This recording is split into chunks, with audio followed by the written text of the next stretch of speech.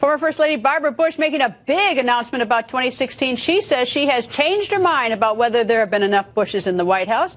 Mrs. Bush was talking via Skype to a gala dinner attended by her son, potential presidential candidate Governor Jeb Bush, and the former First Lady saying this. Yes. It's Mom. Hey, Mom, how are you doing? Just great. Just listening in. Anyway. What do you mean, too many Bushes? Are you talking about literacy? That's not what I'm talking about, but I've changed my mind.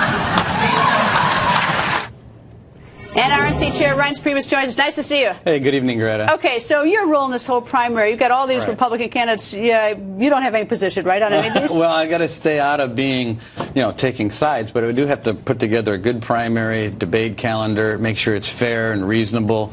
But that's funny stuff. All right, so but you can't say whether you think we've had too many dynasties. Of course, there might be a Clinton dynasty on the other end. Well, that's true. But you know what? Now that I think maybe it's a little bit more imminent that Jeb's the candidate, obviously Mom's going to be there for her son. So I thought it was cute, and I think everyone thought it was pretty funny. All right, another potential candidate, Governor Scott Walker from our home state. He's gotten a lot of heat because some have objected to the fact that he hasn't graduated from college. Now, it's a little premature. He hasn't even announced he's going to run or not run. But is that an issue?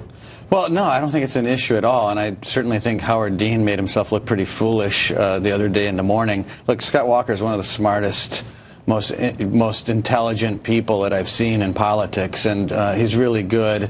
And, here's the thing. You make a promise, you keep a promise, and he's got a lot going for him. So I think those kinds of shots are pretty pathetic, but if that's all you've got in the chamber, I don't think it's very impressive. Of course, everybody who didn't go to college is probably going to, be pretty offended by anyone who makes a crack about someone not finishing college. I know a lot of really smart people that didn't go to college. Me too. So I know a lot of idiots that went to college too.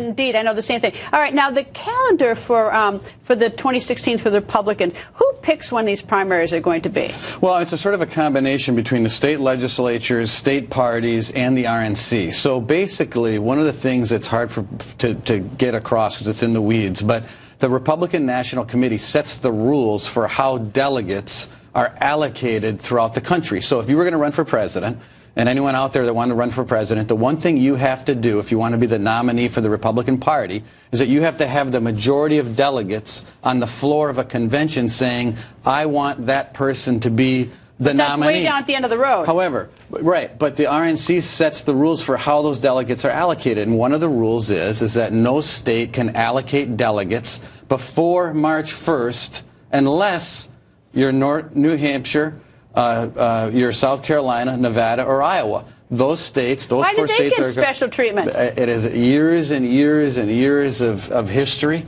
and that's a debate too, but they do. And it is what it is. So those four states go in February, and everyone else can go starting on March 1st. Now, there's other rules involved and when and how. The convention being earlier, as you know, we're going to have it on July 18th. It'll be the soonest convention since 1980. Also acts as a compression on the entire calendar, and that's why when we talk about a faster primary process, it's going to be a lot faster than it was in 2012. And it's certainly not going to be dull on either side. It's going to be wild. It'll be a lot of fun. It'll be anyway, fun. Nice to see you, sir. All right, thank you, Greta.